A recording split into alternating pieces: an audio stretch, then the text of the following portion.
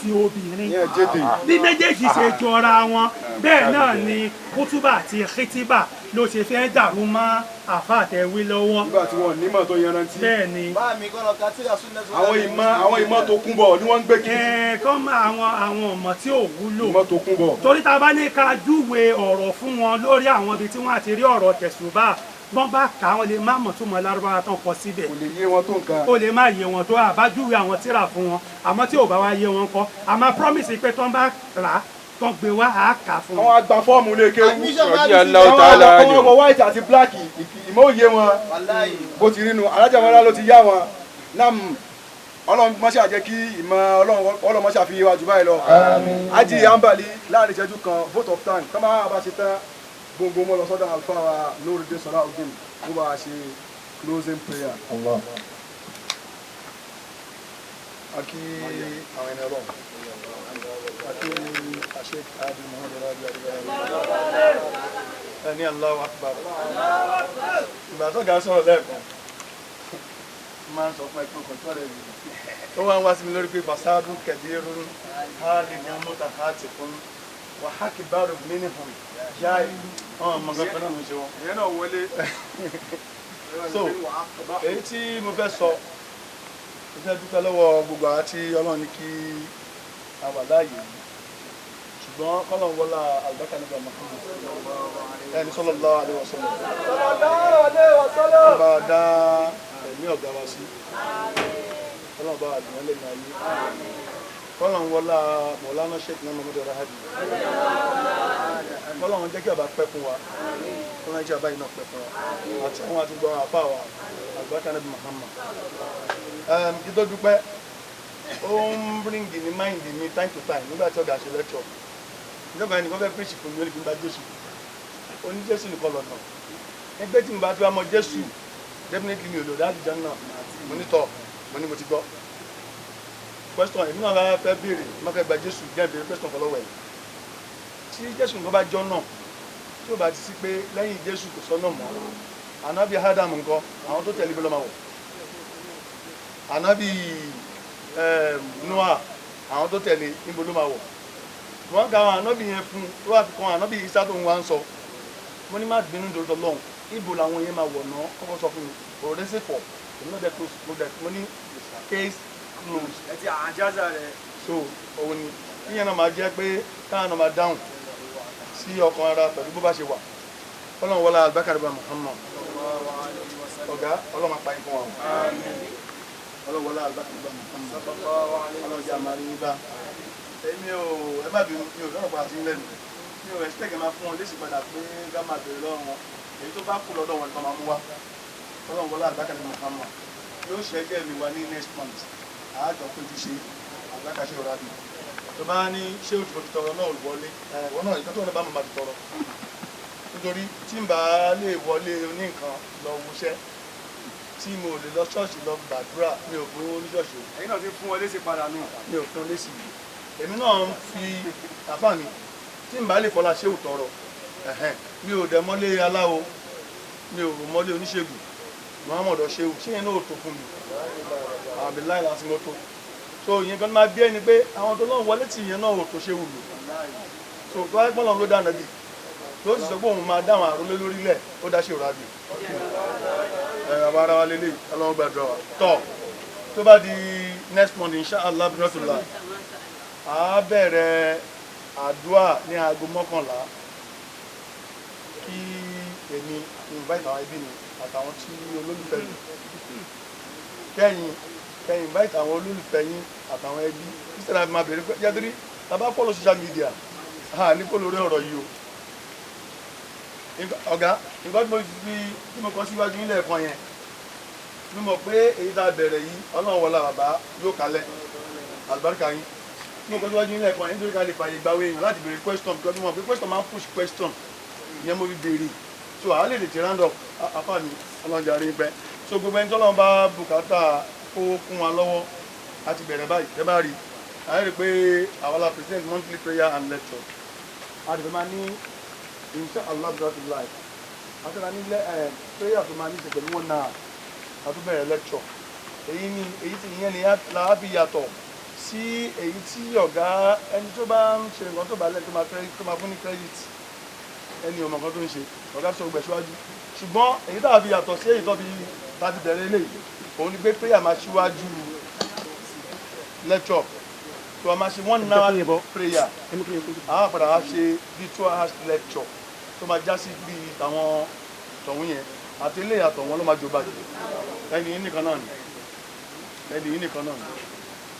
ọlọ́run gbogbo ẹni tọ́lọ́ bá kún lọ́wọ́ nu wa kó jọ kó wọlá Ànábì Muhammad kó kún iṣẹ́ ọlọ́run ọba lọ́wọ́ gẹ́gẹ́ bí súrà tí ọ̀gá tún fún alẹ́ nì kó kún iṣẹ́ ọlọ́run ọba lọ́wọ́ babáyọ̀délé ká lọ tún English Quran wa wò nígbà pé tọ́lọ́ ọba sọ ń bẹ̀ Quran chapter 61 èdè ìmọ̀ nítorí àwọn afá pè but chapter 61 ni ọlọ́run máṣà wọlá àgbákàrẹ́ bí Muhammad ẹ̀mí wa ọlọ́run bá aṣọ di oṣù tó ń bọ̀ ọlọ́run wọlá àgbákàrẹ́ bí Muhammad ọ̀gá wa ọlọ́run má pa wọn fún wa ọlọ́run bá wa lé wọn kún ní mọ́tò kún dá imá mọ́dá ọlọ́kùn sẹ̀rí mọ́dá ní mọ́tò kún dá imá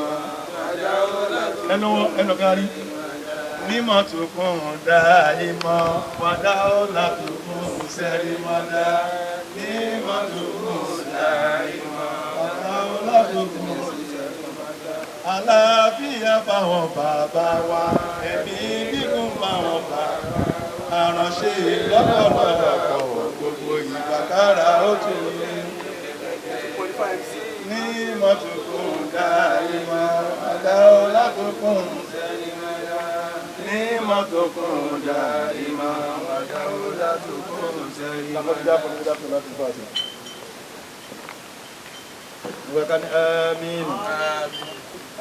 إمام سيدنا علي كرم الله وجهه أني لا يكون المرء عالما ọmọ ènìyàn ò lè di onímọ̀ حتى يكون بعلمه عاملا àyàfi kó máa fi ìmọ̀ tó mọ̀ ṣiṣẹ́ ìgbà tó bá máa fi ìmọ̀ tó mọ̀ ṣiṣẹ́ ló tó di onímọ̀.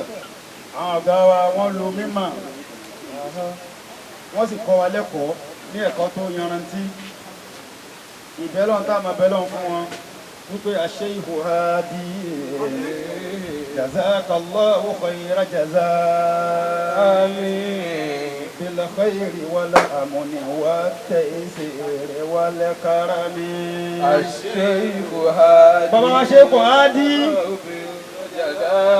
ẹ bá wa tẹ́wọ́ pé الشيخ Hadi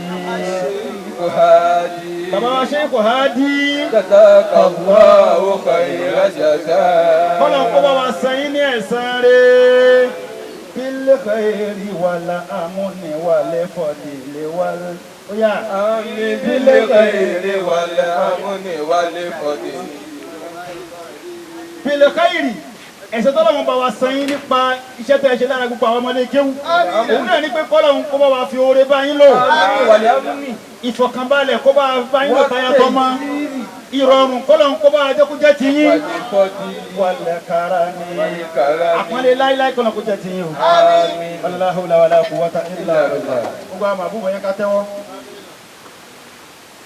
alámúnáṣẹ́lá kan láàkì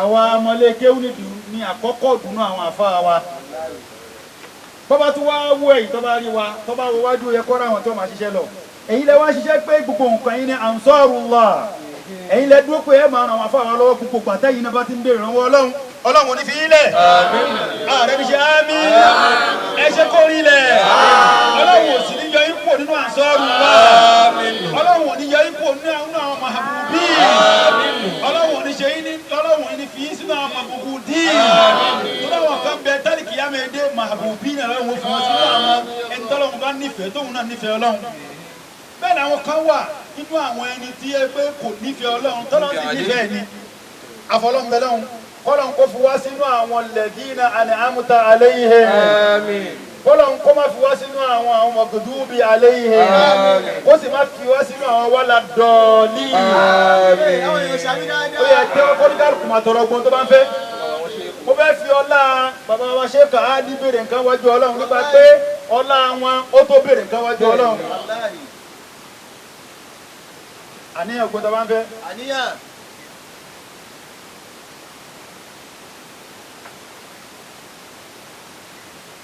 الله الرحمن الرحيم ألم نشرح لك صدرك ووضعنا عنك وزرك الذي أنقض ظهرك ورفعنا لك ذكرك فإن مع العسر يسرا إن مع العسر يسرا فإذا فرغت فانصب وإلى ربك فارغب كان آمين كفوه كان آمين كان آمين يا كمان الله ما جموشي Ọlọ́run má jẹ́ mòṣì. kò sí náà màmá mi. Kò sí náà màmá mi. Ọ̀la orúkọ rẹ̀ méjèèjì ya ayọ̀yà akọ̀yọ̀ mọ́. Ọ̀la orúkọ rẹ̀ méjèèjì ya ayọ̀yà akọ̀yọ̀ mọ́. Ọlọ́run má jẹ́ mòṣì. Ìwọ́nra rẹ̀ kò sí náà màmá mi. Ọ̀la orúkọ rẹ̀ méjèèjì ya ayọ̀yà akọ̀yọ̀ mọ́. Yá ayọ̀yà akọ̀yọ̀ mọ́ láwa wí láfi yọrọ́bà náà. Àmọ́ ká tó ṣe yá ayọ̀yà akọ̀yọ̀ mọ́.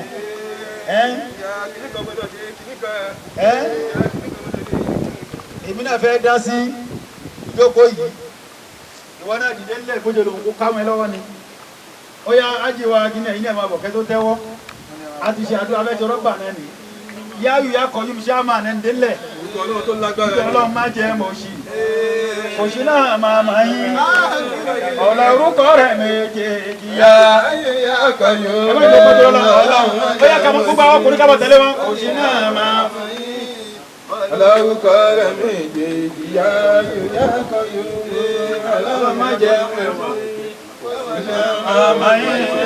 Ọ̀la orúkọ ẹwà. Owó àdúrà ẹ máa lọ owó àdúrà àjókòó yìí. Àyíkọ́ ló ń bá wí. Ẹ̀yin kọ́ ni wọ́n bá wí. Chairman.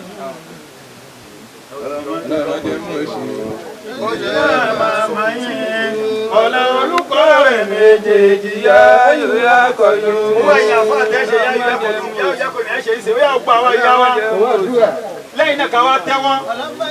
Ájíwá Àbíbù ọlọ́mọdé, ájíwá Alim ọlọ́mọdé mọ̀yà, ọlọ́mọdé mọ̀yà, kìyà náà máa mọ̀ wá, ọlọ́mọdé mọ̀ṣì, kò sí náà máa mọ̀ wá, ọ̀nà orúkọ rẹ̀ méjèèjì ya. Ìyá Mùjíbù ọlọ́mọdé mọ̀ṣì o, kò sí náà máa mọ̀ wá, ọ̀nà orúkọ rẹ̀ méjèèjì ya. Ayọ̀yà akọ̀yọ̀ mọ́. Ó yá ká tẹ́wọ́ ká ní yá Hayyu. Ya Hayyu. Ya Qayyum. Ya Qayyum. Ya Hayyu. Ya Hayyu. Ya Qayyum. Ya Qayyum. Ya Hayyu. Ya Hayyu. Ya Qayyum. Ya Qayyum. Ya Daniel. Ya Hayyu ya Qayyum.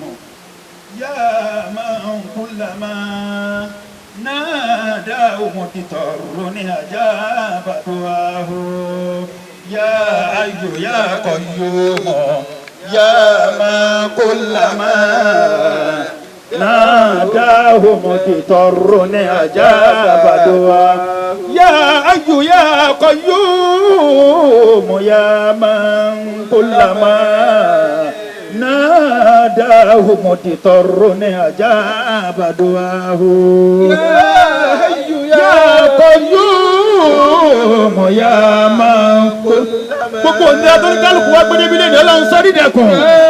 dáhùn mo ti tọrọ ní ajá. ìyá kìí sọ̀rọ̀ ààrẹ rọ̀bíkà ọ̀pẹ̀lẹ̀ yín sáà máa yẹ sí fún. nísìnyí gbogbo wa pátápátá àádá ní ẹ̀síwájú ọlọ́run. Àádá ní ẹ̀síwájú ọlọ́run. síwájú àwọn bàbá ó fi agbára wọn kó wa níwájú ọlọ́run.